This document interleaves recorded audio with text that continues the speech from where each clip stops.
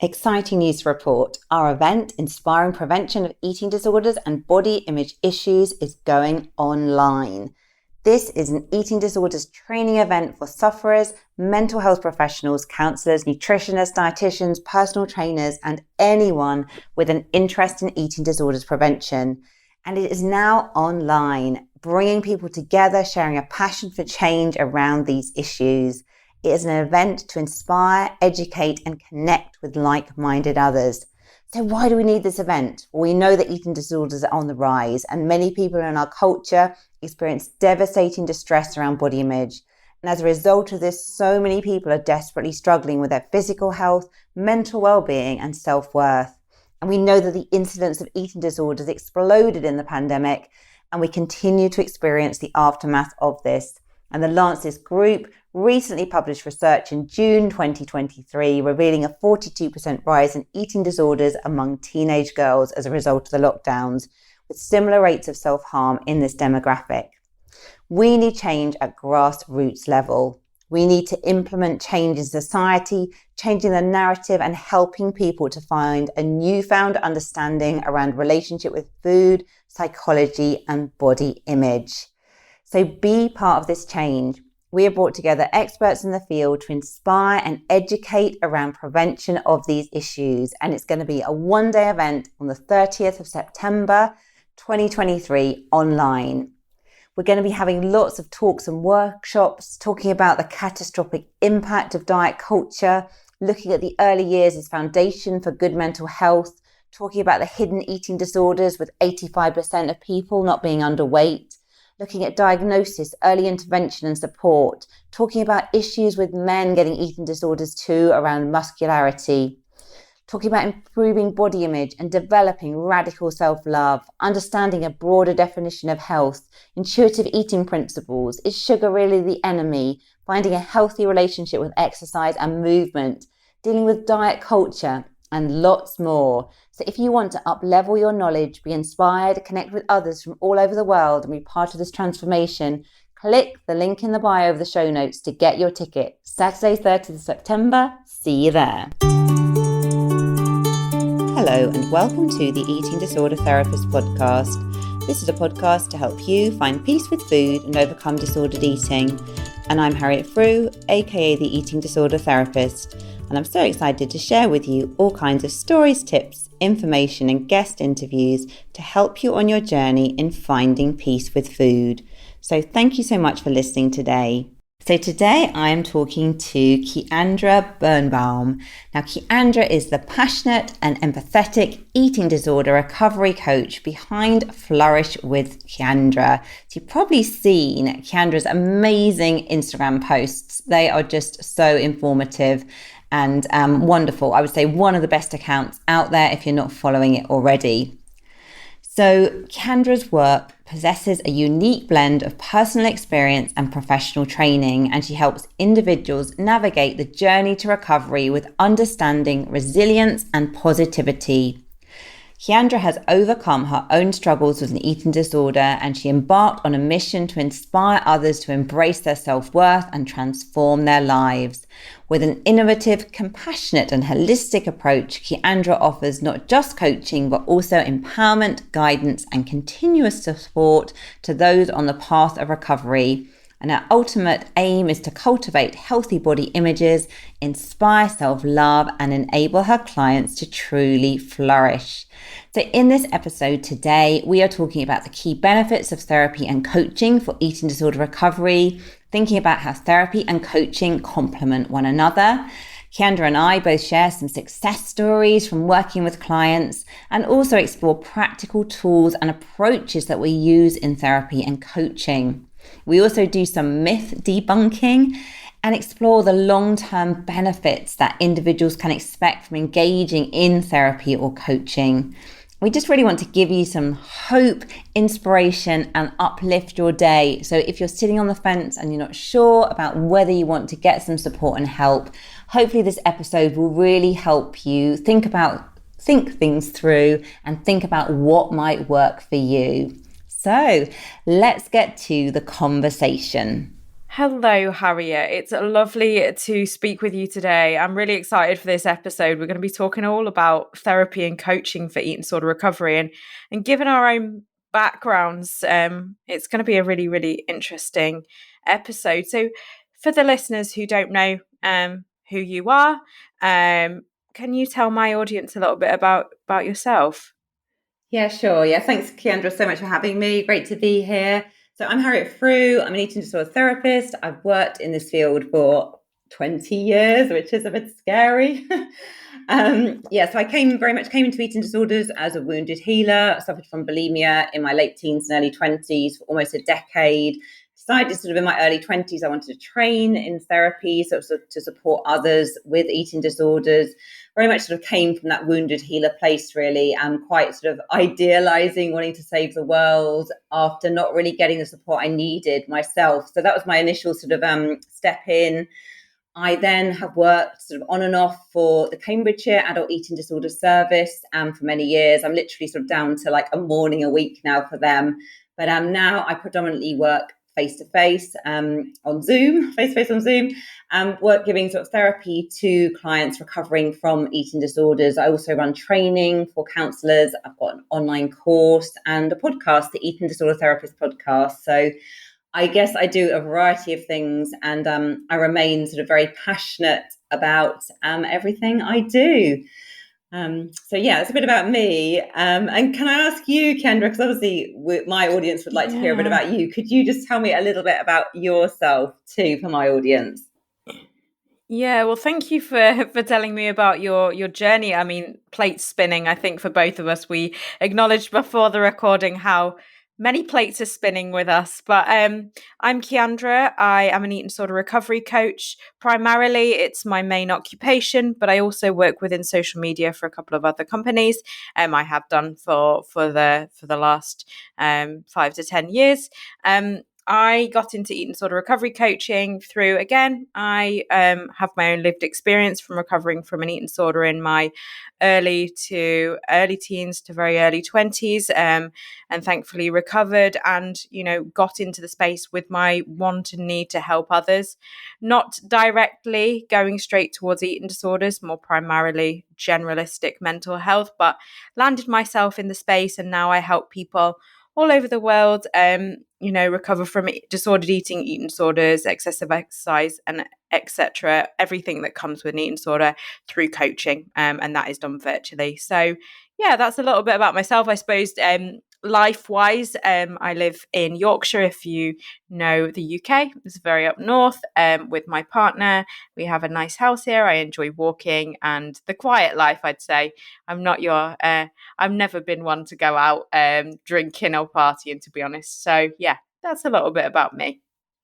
Oh, nice. Yeah, good to hear that. And pleased to hear that you enjoy like going out walking. Like Yorkshire's beautiful, isn't it?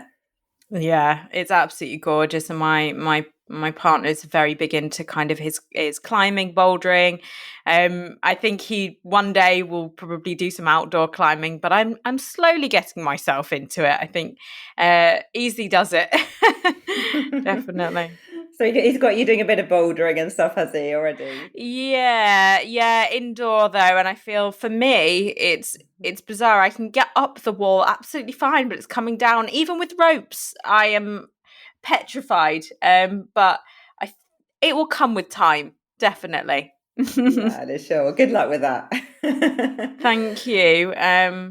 But yeah, so this episode, I suppose, is going to draw upon both of our insight into therapy and coaching for eating disorders. Obviously, Harriet, you've had a long time working in the space, so I'm sure you have so much insight into this. And for me, a couple of years within the coaching space, I offer a different aspect, lens to recovery. But I think this is going to be really helpful for people who don't actually know about these areas. So I think first off, for everyone's sake, what are the key benefits of therapy and coaching for eating disorder recovery from your perspective?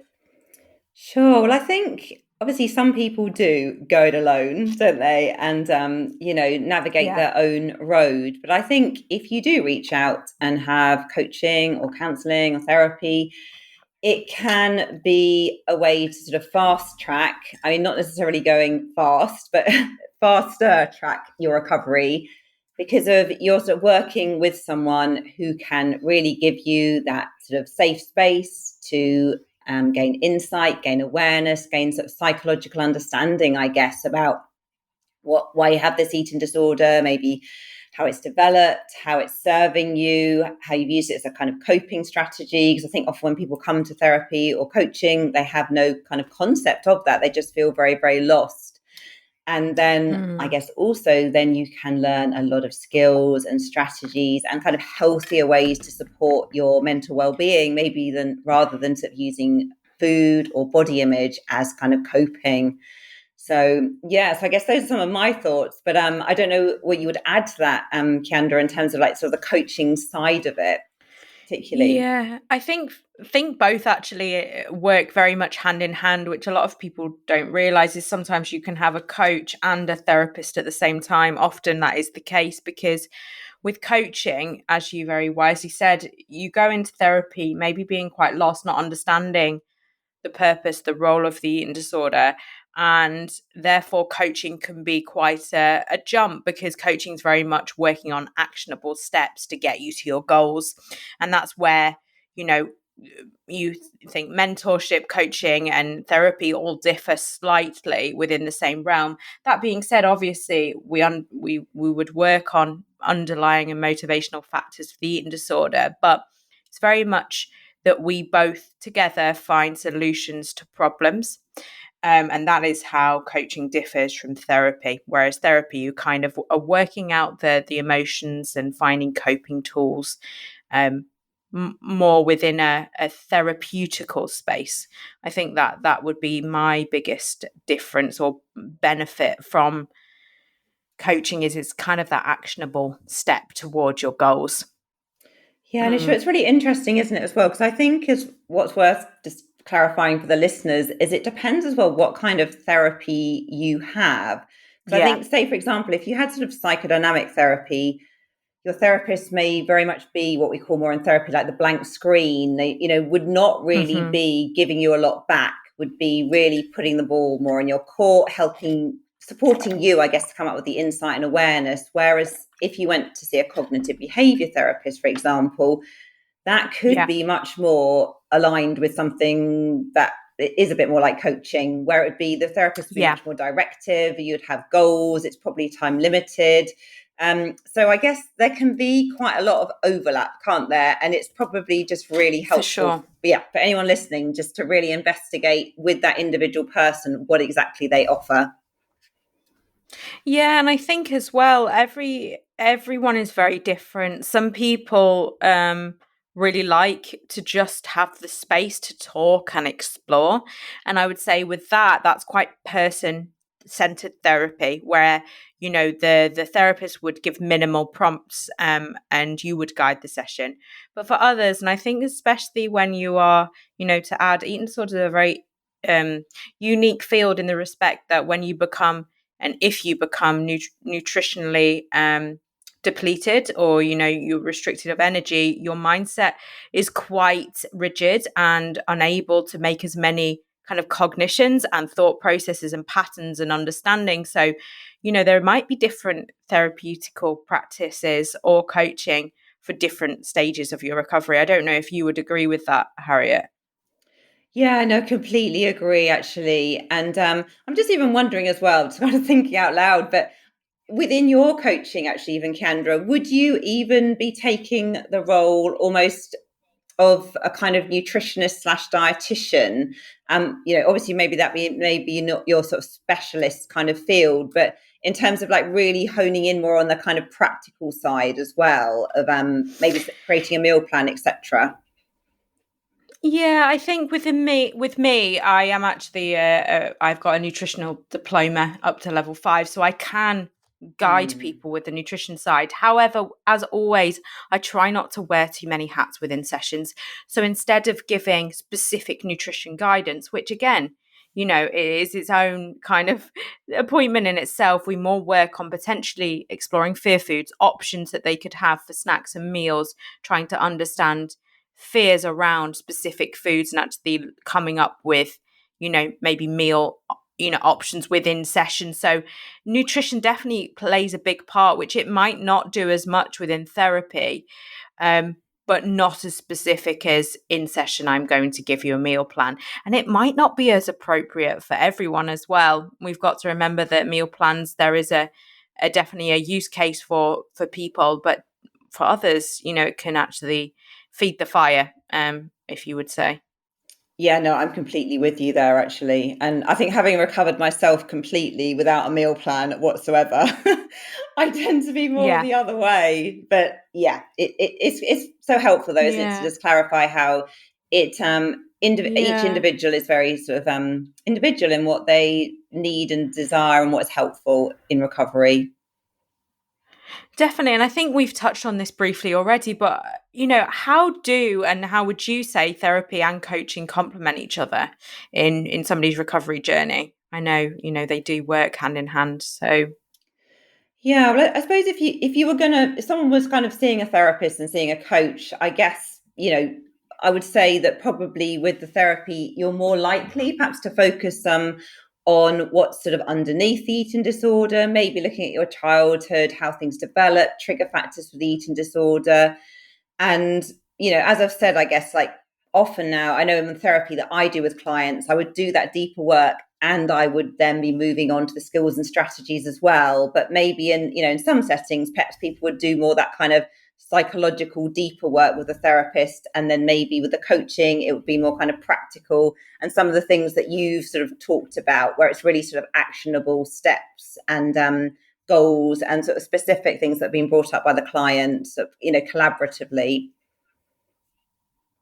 definitely. And I think also, to note is like coaches and therapists can work closely together as well. Oftentimes it's that open communication if appropriate. So you can actually like have that, level of communication with all of your kind of support network. Maybe that be a medical team or your dietitian, a coach, a therapist. Obviously, it really depends as well on your availability to get that amount of support.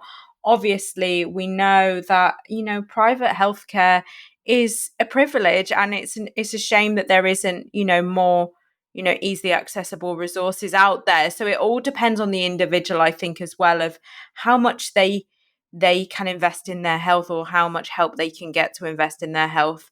And I think that's worth noting, is it really is dependent on the individual.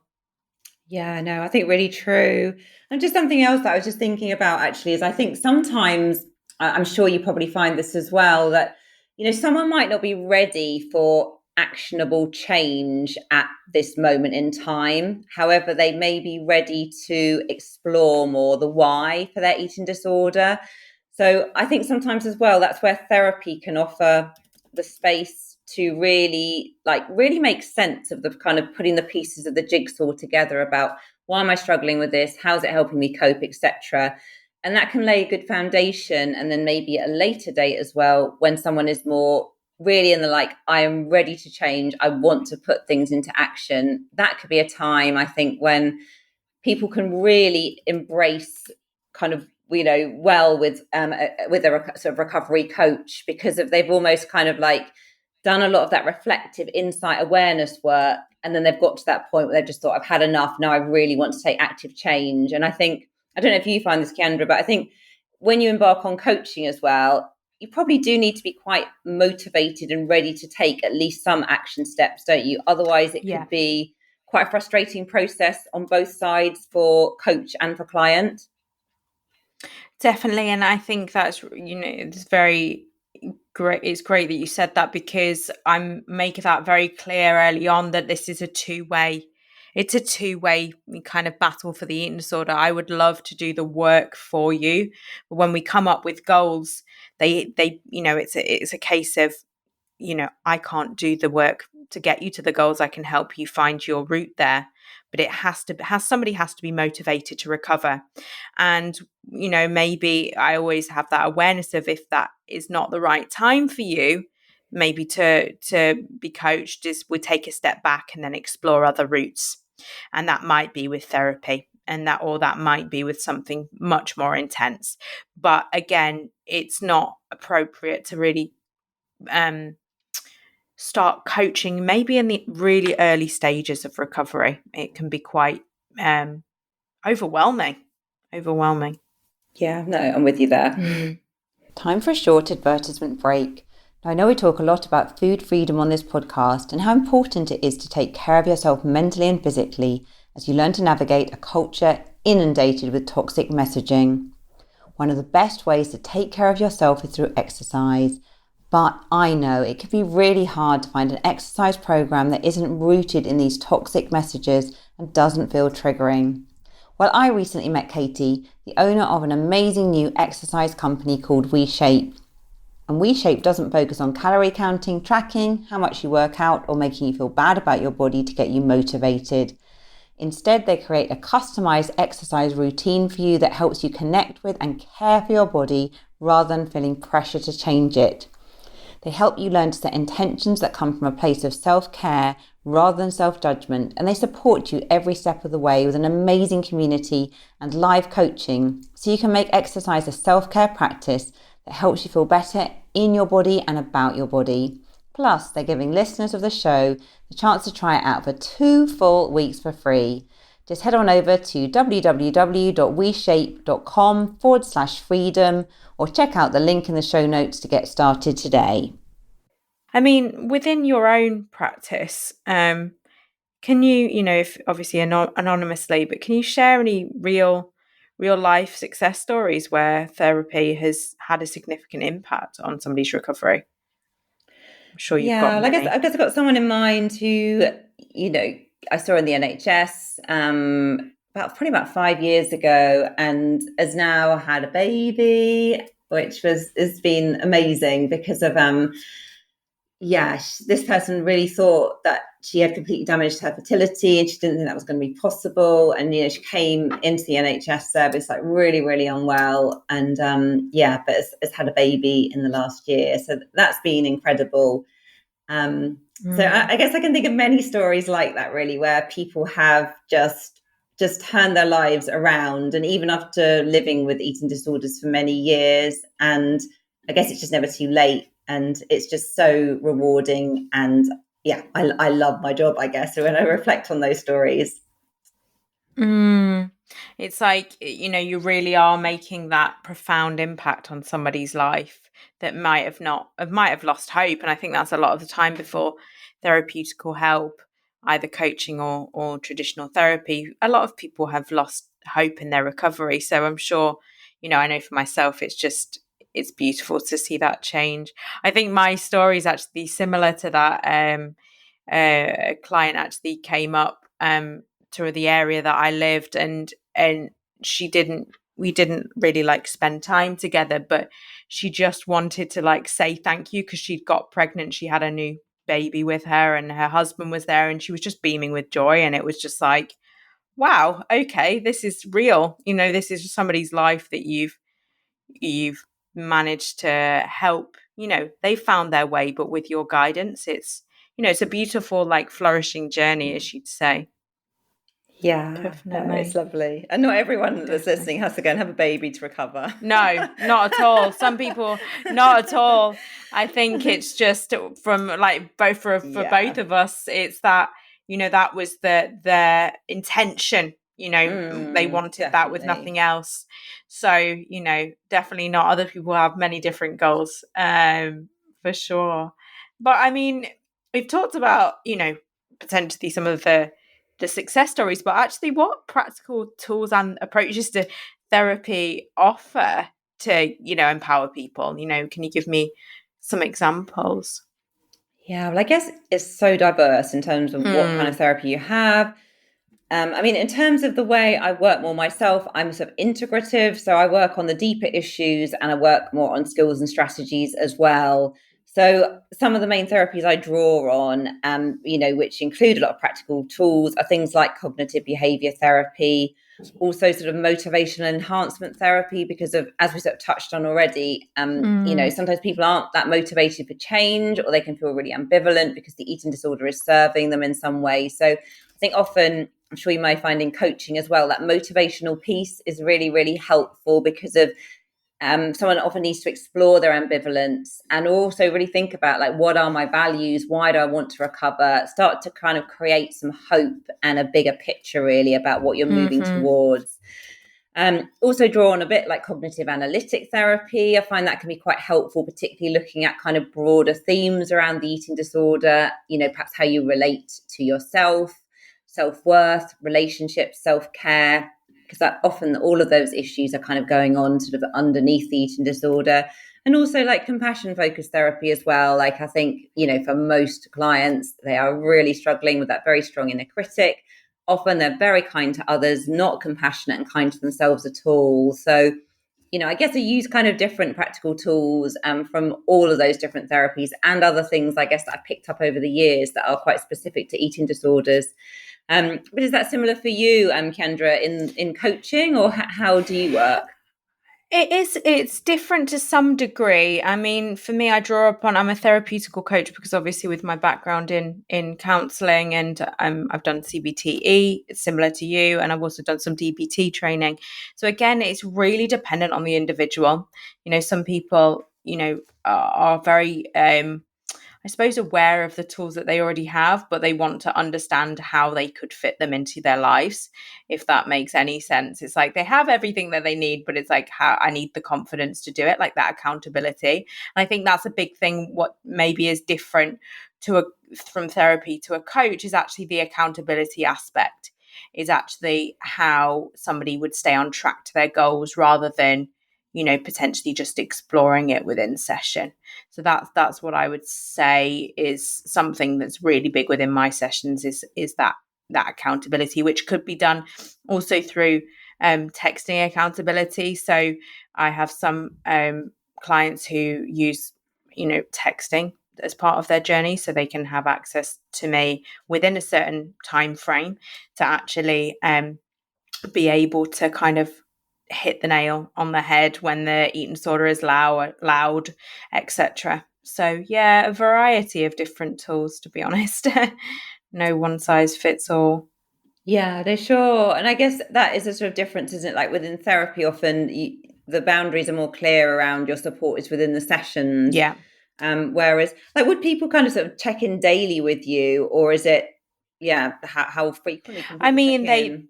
they can check in daily if that's what they want to do. If that's most people, if they have got onto that package of services, then yes, they would be able to check in multiple times a day. Most people don't, because they use the tools themselves, and everyone has their own day-to-day things. But a lot of people will just check in to be like, this was my win today, I'm proud of me, kind of that like verbal diary to some degree. And obviously there's boundaries there, and there's things that we discuss and we won't discuss, and that's about having that open communication quite early on. Yeah, no, sounds good. Yeah. Sounds good. And I can really sort of see the benefit of that actually, because I think sometimes it can feel, particularly perhaps in those earlier stages, like an hour of therapy a week, and then you're kind of out in the ether for the rest of it. It can feel quite lonely and isolated. Definitely. And I think it's appropriate for certain times and not for others. And some people don't like that, daily communication and actually work things out themselves. That's why everyone is very, very different. And I suppose on that, what are some myths around therapy or coaching that that you can debunk? Yeah, well, no, do you know what? Good question. I was thinking, what do people generally think about therapy these days? I don't know, actually, because I'm thinking some of the kind of like the myths I would have thought were myths in the past are probably not so much myths anymore. So, can you help me out here? What is a common myth? I think a lot of, for me, I think society has changed dramatically, to be honest, in the respect that, it's now not necessarily taboo to see a therapist. It's actually something that is celebrated, and actually go, we all need therapy, and when all of these like online potentially apps, like, we can name a few that have come in to the sphere of, where you can access online therapy, etc. It's made it more accessible for people. So I don't think there is as many myths around it. However, I think a lot of people assume therapy has kind of a time limit, that you need to be better within a certain time frame, or therapy will fix you. I think that is a big myth, because yes, it's going to help you on your journey, but the therapist's role is not to fix you or the coach. It's about us finding, solutions and working things out together so you can heal. And I think that's a myth, more of, one that maybe is not so known, is actually it's not the therapist's job to fix others. I don't know if you'd agree with that. Yeah, no, definitely. I think, really helpful to sort of mention that it is about, isn't it, taking responsibility in recovery. And that can feel massively daunting, but actually when you do that, it's incredibly empowering. Because I just know in my own journey, looking often to others to try and provide that kind of magic bullet, really, that magic wand, something that was going to make it all better. And then getting very disappointed in a way when someone outside wasn't able to fix me.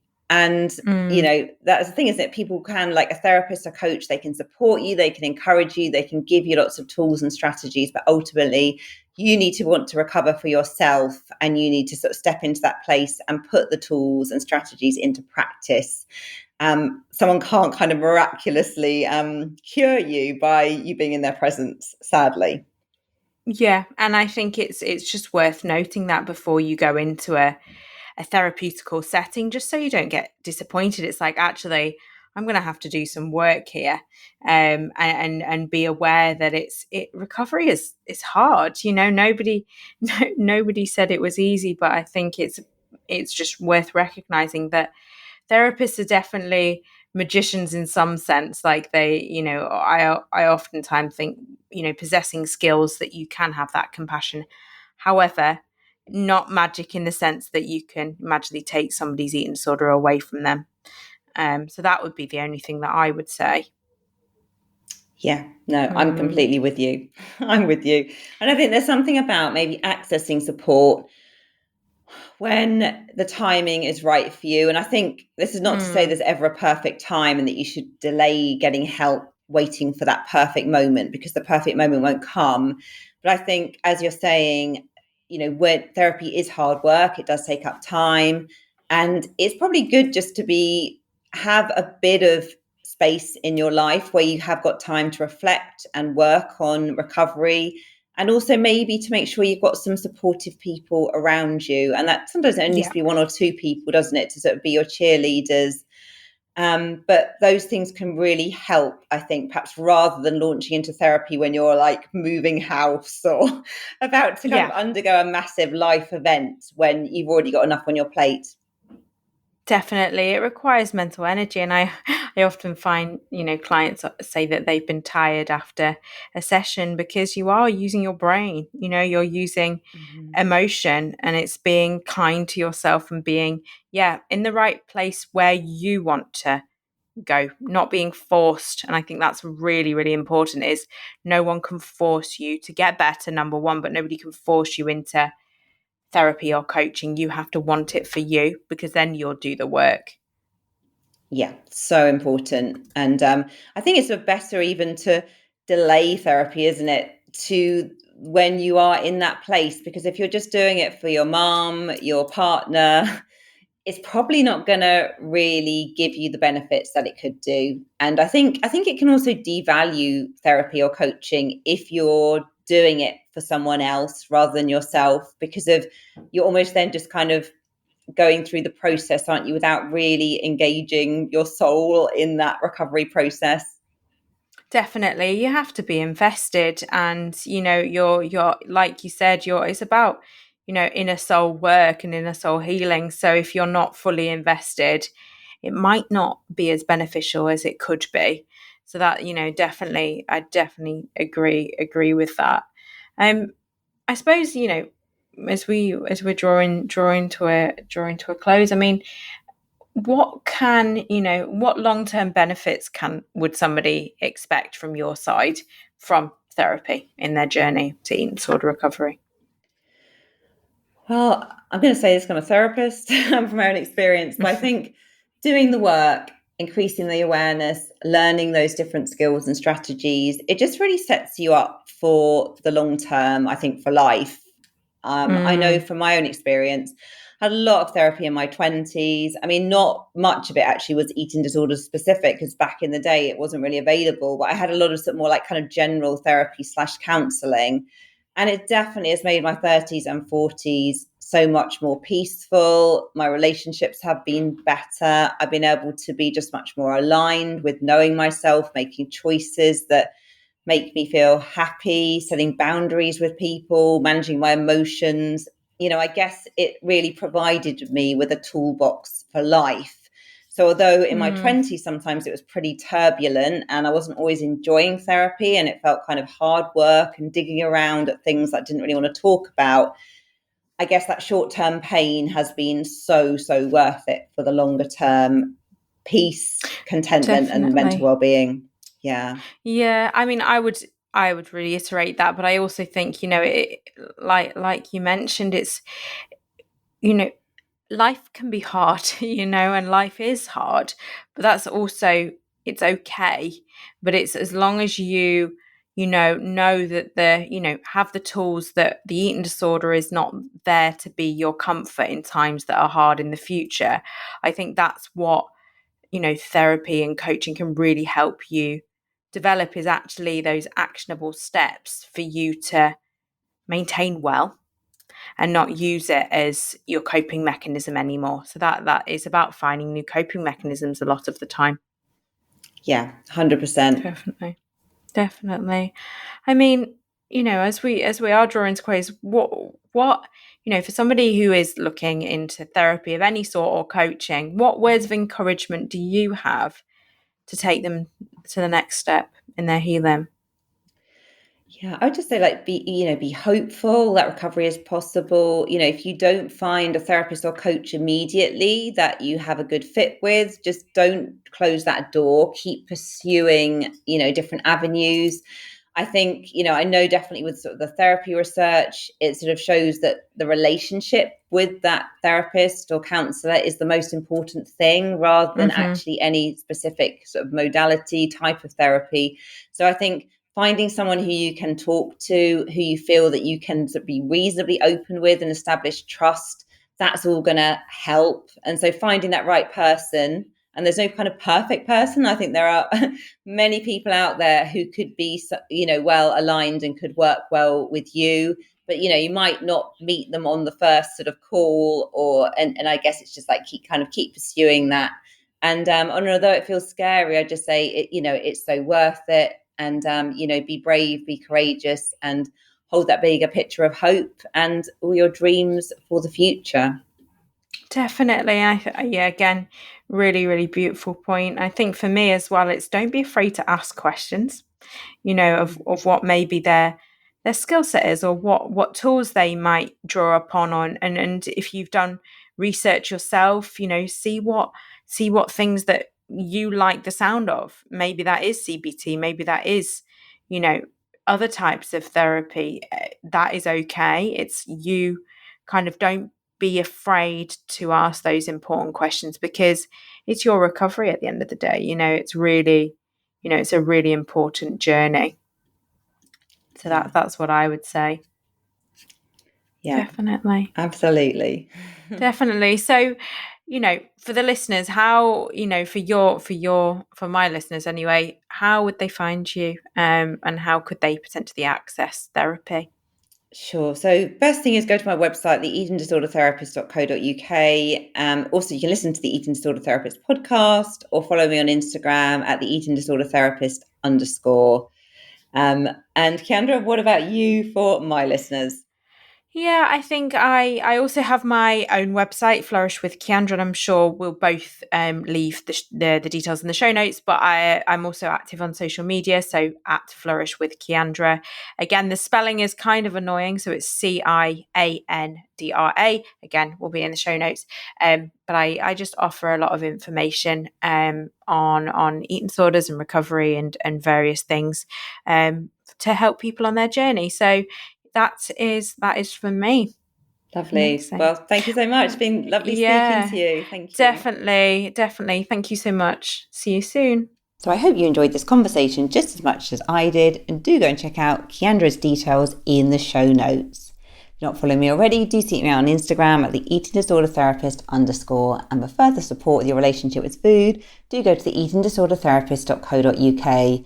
You might also want to join my bite-sized eating disorder therapy for only £5 a month for extra podcast content and video, and a great place to get psychological tips from the therapy room. And you can try it for a week for free first. If you enjoy this podcast, I'd be so grateful if you'd follow, rate and review, as it helps it reach so many more listeners. Thank you so much for listening today, and I look forward to sharing another podcast episode with you very soon.